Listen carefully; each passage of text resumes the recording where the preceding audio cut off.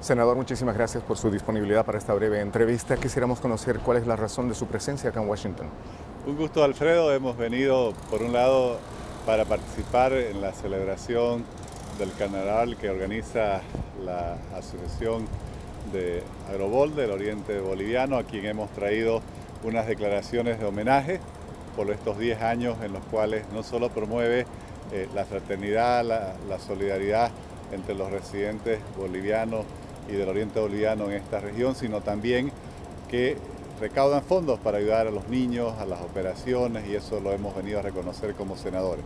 Alrededor de esta visita hemos tenido alrededor de 4 encuentros también con grupos de residentes bolivianos de distintos sectores, de distintos orígenes, muchos de ellos de origen cochabambino también, y hemos tenido la oportunidad de presentarles nuestra visión de cómo hacer un cambio en Bolivia, preservando nuestra democracia, pero también modernizando Bolivia y creando un país de oportunidades, y también nuestras propuestas para atender a nuestros migrantes en el exterior. Obviamente hay un clamor generalizado, tanto acá en la colectividad boliviana como en nuestro propio país, que para estas elecciones tendría que presentarse un frente único para poder lograr hacerse de la victoria en estas elecciones. Y eso implica unidad entre varios de los componentes que están terciando para estas elecciones. ¿Por qué hasta ahora no se ha podido lograr esa unidad que tanto clama el pueblo boliviano? Bueno, primero hay que lograr una unidad entre los que verdaderamente hemos hecho oposición. Hay muchos que hoy se definen como opositores sin haberse opuesto nunca a este gobierno, incluso habiendo colaborado con este gobierno en el pasado, como es el caso del señor Mesa. El señor Mesa fue quien viabilizó la unidad, lamentablemente creyendo que solo podía ganar la elección. Hoy se está viendo que eso fue una decisión muy equivocada, porque incluso está declinando las encuestas. Nosotros, que siempre creímos en la unidad, que apostamos a la unidad, que hicimos todos los esfuerzos por lograrla, siendo el partido más grande de la oposición, dado que no se pudo lograr con estas personas que tenían esa visión mesiánica de la política, estamos construyendo lo que se llama la unidad posible, que significa el haber salido a recorrer todo el país.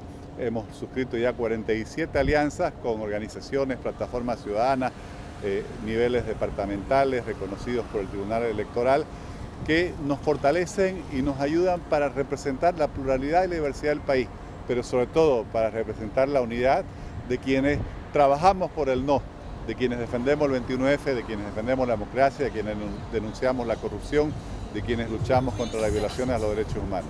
¿Cuál es el aspecto que impide que se dé esa unidad entre Carlos Mesa y Bueno, Óscar ya pasó Ortiz? el tiempo. Todos sabemos que hay una ley que establecía que las alianzas había que inscribirlas a fin de octubre de 2018. Ya pasaron 7 meses. Sin embargo, ustedes hace poco tiempo se reunieron. El tema era de que está causando confusión esto de las primarias, que necesariamente indicaba que los candidatos que participen en las primarias deben ser los que van a participar en las elecciones. Claro, esa fue la ley que aprobó el gobierno, que obligaba a tomar una decisión prácticamente un año antes.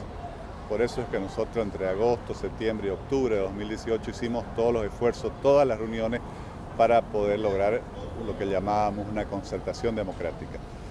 Lamentablemente, nuevamente, algunas personas anteponían su candidatura a la conformación de esta alianza, anteponían esa visión personalista y mesiánica que los hace pensar que solo pueden ganar y que no necesitan forjar una unidad alrededor. Incluso recientemente el señor Mesa, por ejemplo, llamaba y decía de que él no iba a formar parte de ninguna megacoalición.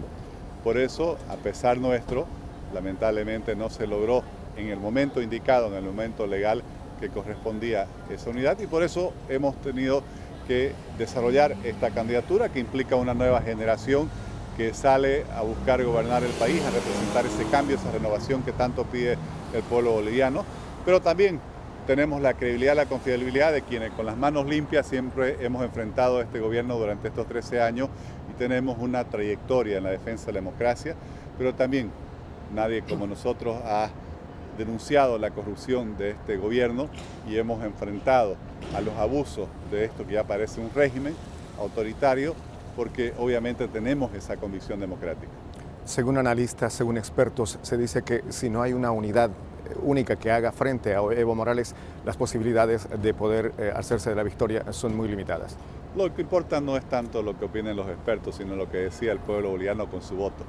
Por eso, en esta unidad posible que estamos construyendo con estas 47 alianzas que ya hemos conformado, Estamos recorriendo todo el país, llegando a las provincias, integrando los sectores populares, uniéndonos todos a veces que quienes pensamos desde distintos ángulos, distintas perspectivas, no siempre igual, pero coincidimos en el no, que asumimos la causa del 21F, que enfrentamos a este gobierno, que queremos realmente un cambio, una alternativa, porque pensamos distinto.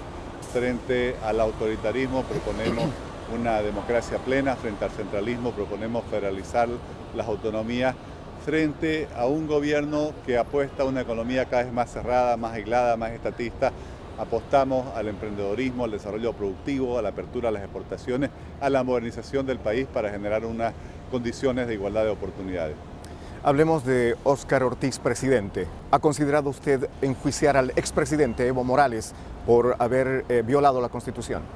Está claro que todo el que viola la Constitución, el presidente, los miembros del Tribunal Constitucional, los miembros del Tribunal Supremo Electoral, todos los que han desconocido el voto del pueblo y violado la Constitución, merecen procesos. Pero también hay que desarrollar una serie de otros procesos por violaciones a los derechos humanos, por casos de corrupción, algunos incluso por vínculos con el narcotráfico, otros por violar los derechos humanos de los ciudadanos con privaciones de libertad absolutamente indebidas que han obligado a mucha gente incluso a irse del país. En el país ha habido en estos años ejecuciones extrajudiciales. Todo eso son temas que están pendientes. Nosotros siempre hemos dicho que no vamos a subir al gobierno con ánimo de venganza, pero sí de justicia. Y haremos las cosas diferentes. Crearemos una justicia independiente que sea la que realmente procese todos estos casos y nunca más sea el presidente o sus ministros los que dirijan a los jueces y los fiscales.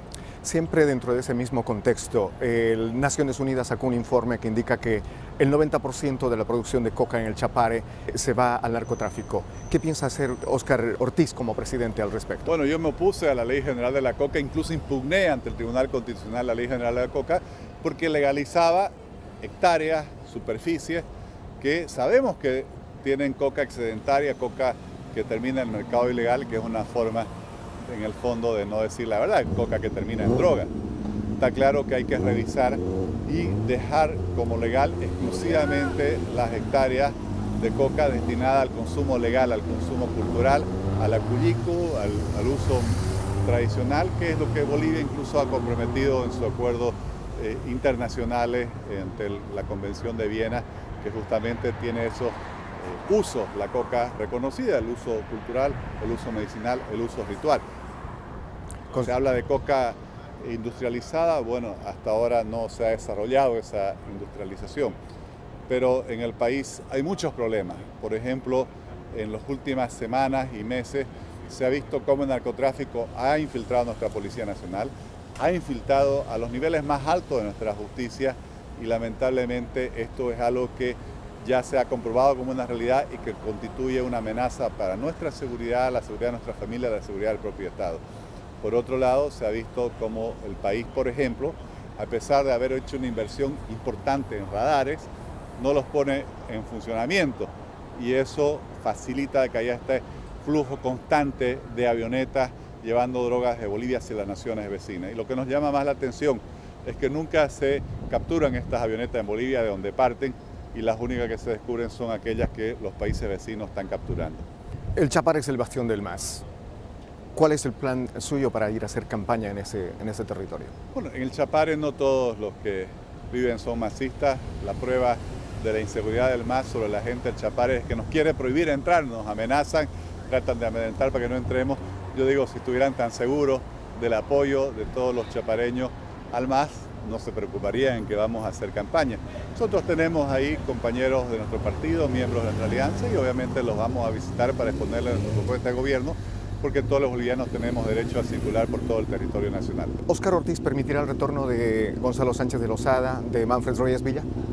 Todo el que tenga cuentas pendientes con la justicia tendrá que responder ante la justicia. Lo que nos aseguraremos que sea una verdadera justicia, una justicia independiente, institucionalizada, con jueces y fiscales que fallen en función de la Constitución y las leyes y no lo que se les ordene desde el gobierno. Para muchos la política es el arte de lo posible, para otros el arte de lo imposible. Su última palabra con respecto a la unidad y formar una coalición con Carlos Mesa, ¿está descartada o todavía hay una esperanza? Los tiempos ya pasaron. las leyes decían que eso había que hacer hasta octubre de 2018. Obviamente lo que estamos haciendo nosotros es recorrer todo el país construyendo la unidad posible, llevando nuestro mensaje de defensa del 21F, de lucha contra la corrupción y de un cambio para Bolivia. Vamos, como decimos, dejar la piel en la calle para recorrer todo el país y así lograr que realmente sea nuestra opción la que llegue a una segunda vuelta y logre esa victoria que le dé a Bolivia el cambio que tanto anhelamos. Senador Ortiz, muchísimas gracias por su tiempo. Alfredo. Hasta otra oportunidad.